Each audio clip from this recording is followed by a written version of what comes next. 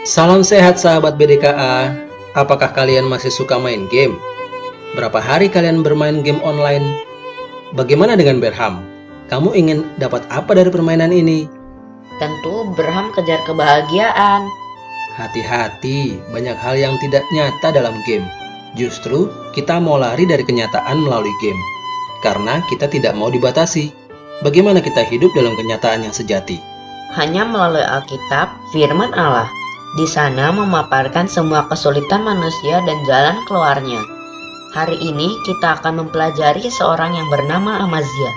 Apakah dia mampu memaknai hidup secara benar atau sebaliknya? Perhatikan baik-baik ya. Shalom anak-anak semuanya, senang sekali hari ini kita boleh berjumpa kembali untuk belajar kebenaran firman Tuhan. Mari kita terlebih dahulu berdoa. Bapa dalam sorga, kami bersyukur dan berterima kasih untuk kebaikan yang sudah Tuhan berikan dalam hidup kami. Kami menyadari Tuhan, jikalau bukan Tuhan yang menolong kami, maka kami tidak akan mempunyai arti apa-apa dalam hidup ini. Sebentar kami akan belajar kebenaran firman Tuhan, kami membuka hati kami untuk roh Tuhan bekerja dalam hidup kami, firman Tuhan juga bekerja dalam hidup kami, supaya apa yang kami dengar dan yang kami pelajari tidak hanya berhenti di otak saja, tapi firman Tuhan itu boleh mengubahkan hidup kami, supaya kami boleh mempunyai kemampuan, kekuatan berjalan bersama dengan Tuhan. Dalam nama Tuhan Yesus kami berdoa. Amin. Anak-anak yang dikasihi Tuhan, tindakan Amazia menjadikan dewa-dewa atau Allah-Allah orang Edom dijadikan Allah dalam hidup Amazia dan orang-orang Yerusalem, orang-orang Yehuda. Itu adalah satu tindakan yang menyedihkan hati Tuhan. Bahkan bukan sekedar Tuhan itu menjadi sedih, tapi Alkitab mencatat dengan jelas Allah menjadi murka atas Amazia dan seluruh orang-orang yang ada di Yerusalem. Nah, ketika Tuhan menjadi murka, Tuhan tidak langsung menghukum Amazia dan seluruh orang-orang Yerusalem. Tapi Tuhan mengutus seorang nabi kepada Amazia. Maka nabi ini menegur Amazia dengan mengatakan, "Mengapa engkau masih mencari Allah-Allah orang atau bangsa-bangsa lain yang tidak bisa menyelamatkan bangsanya sendiri dari tanganmu?" Ketika Amazia mendengar teguran ini, Amazia tidak bertobat, tapi Amazia justru melawan, justru marah terhadap seorang nabi dengan mengatakan, "Apakah kami mengangkat engkau menjadi penasehat raja? Diamlah. Apakah engkau mau kami bunuh?" Mendengar perkataan itu, nabi ini diam sejenak. Tetapi tak lama, keluarlah perkataan dari mulut nabi ini dengan kalimat, "Sekarang aku tahu bahwa Allah telah menentukan akan membinasakan engkau karena perbuatan ini, dan engkau tidak mau mendengarkan perkataanku." Setelah itu pergilah nabi ini, dan Amazia saat itu berunding dengan para pembesar kerajaan, ingin mengadakan peperangan dengan orang kerajaan Israel. Maka Amazia mengirimkan utusan untuk pergi ke Yoas, raja Israel saat itu, dengan mengatakan, "Tuanku Amazia mengutus aku ke sini untuk menyampaikan kepada Raja Yoas atau Tuan Yoas, mari beradu tenaga, atau dalam bahasa yang singkat, mari berperang." Mendengar perkataan itu, Yoas tidak menjadi takut. Justru Yoas sekarang sebaliknya mengirim utusan kepada Amazia, Raja Yehuda. Dan utusannya itu mengatakan kalimat demi kalimat. Ada kalimat yang sangat-sangat merendahkan daripada Amazia dan seluruh Yehuda. Nanti kalian bisa baca Alkitab itu sendiri. Karena di Alkitab jelas kalimat itu kata-kata perumpamaan. Kata-kata perumpamaan seperti puisi. Tapi ada kalimat penting yang sangat mudah dimengerti.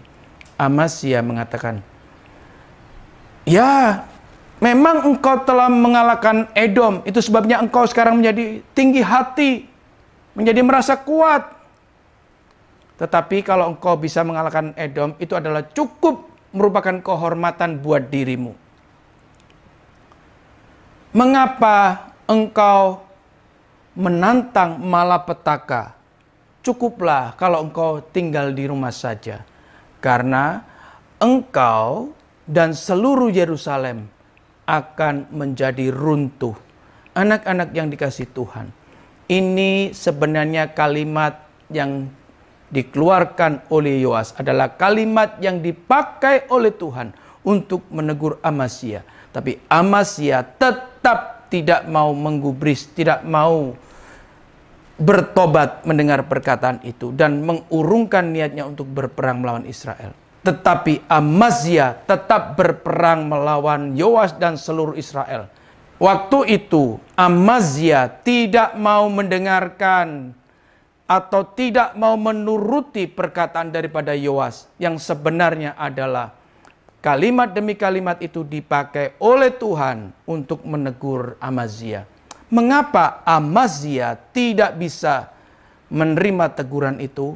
Karena Alkitab dengan jelas mencatat bahwa Allah telah menetapkan Amazia dan seluruh orang-orang yang di Yerusalem untuk diserahkan kepada Yoas Raja Israel.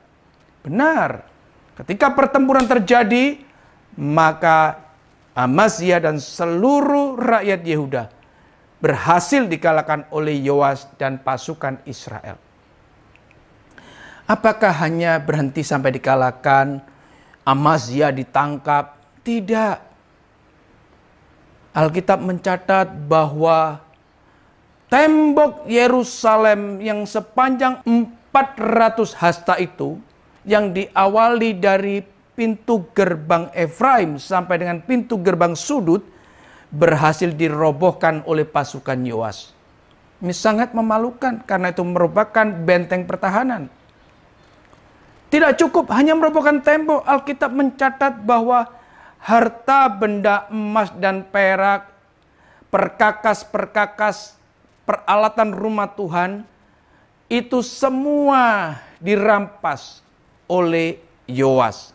Tidak hanya itu saja, tetapi seluruh kekayaan emas, perak, dan benda-benda berharga lainnya yang ada di dalam perbendaharaan istana raja, itu pun dirampas oleh Yoas. Dan yang lebih memalukan lagi adalah seluruh orang-orang Yehuda menjadi tawanan atau sandera dan dibawa pulang ke Israel. Anak-anak yang dikasihi Tuhan, ini adalah satu bentuk hukuman yang Tuhan berikan kepada Amazia dan seluruh orang-orang Yerusalem. Namun demikian Tuhan masih berbelas kasihan kepada Amazia. Amazia masih Tuhan berikan panjang umur 15 tahun untuk menikmati hidup berikutnya. Tetapi kalian tahu, karena Amazia menjauhi Tuhan dalam hidupnya, atau meninggalkan Tuhan dalam hidupnya, membuang Tuhan dalam hidupnya, tidak lagi sepenuh hati dia menyembah kepada Tuhan yang hidup, maka Alkitab mencatat orang-orang ini telah merencanakan untuk membunuh Amazia. Itu sebabnya pemberontakan terjadi. Orang-orang yang ada di Yerusalem bersepakat untuk membunuh Amazia. Maka Amazia segera melarikan diri ke Lakis, dan orang-orang Yerusalem tidak berdiam diri. Segera mereka juga mengejar, dan sampailah di Lakis. Tertangkaplah Amazia. Amazia dibunuh oleh rakyatnya sendiri di Lakis. Dan setelah itu Amazia dibawa pulang dengan kereta menuju Yerusalem, dimakamkan di makam daripada nenek moyangnya. Anak-anak yang dikasihi Tuhan, dari cerita ini kita bisa simpulkan menjadi teladan buat kita. Ketika Tuhan telah menolong kita, Jangan sampai di pikiran kita bahwa kita tidak lagi memerlukan Tuhan. Atau jangan sampai di dalam pikiran kita perlu punya Tuhan yang lain. Tetapi mari kita sama-sama menempatkan Tuhan Yesus menjadi satu-satunya Tuhan dalam hidup kita. Satu-satunya Allah dalam hidup kita. Satu-satunya pribadi yang kita sembah dengan sungguh-sungguh di dalam hidup kita. Kita serahkan hidup kita sebagai persembahan yang hidup di hadapan Tuhan. Supaya kebaikan demi kebaikan Tuhan menjadi bagian dalam hidup kita. Amin. Mari kita sama-sama tundukkan kepala dan kita berdoa. Bapa dalam sorga, kami bersyukur dan berterima kasih untuk kebenaran firman Tuhan. Kami melihat bahwa melalui cerita ini, kami sebagai anak-anak Tuhan harus terus bersandar kepada Tuhan. Harus terus memiliki kepastian iman, kesungguhan iman, bahwa di dalam hidup kami hanya ada satu Allah, hanya ada satu Tuhan, yaitu Tuhan Yesus Kristus. Terima kasih Tuhan buat firman-Mu. Dalam nama Tuhan Yesus kami berdoa. Amin.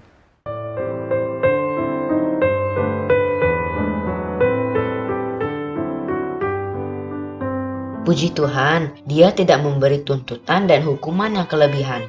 Semuanya tepat dan pasti berdasarkan hikmat-Nya yang tak terselami akal manusia.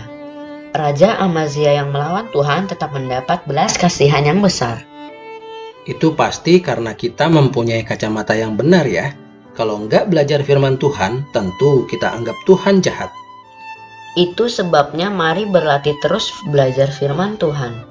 Besok kita harus baca dari 2 Raja-Raja 14 ayat 21 sampai 22, pasal 15 ayat 1 sampai 3, dan 2 Tawarik 26 ayat 1 sampai 15.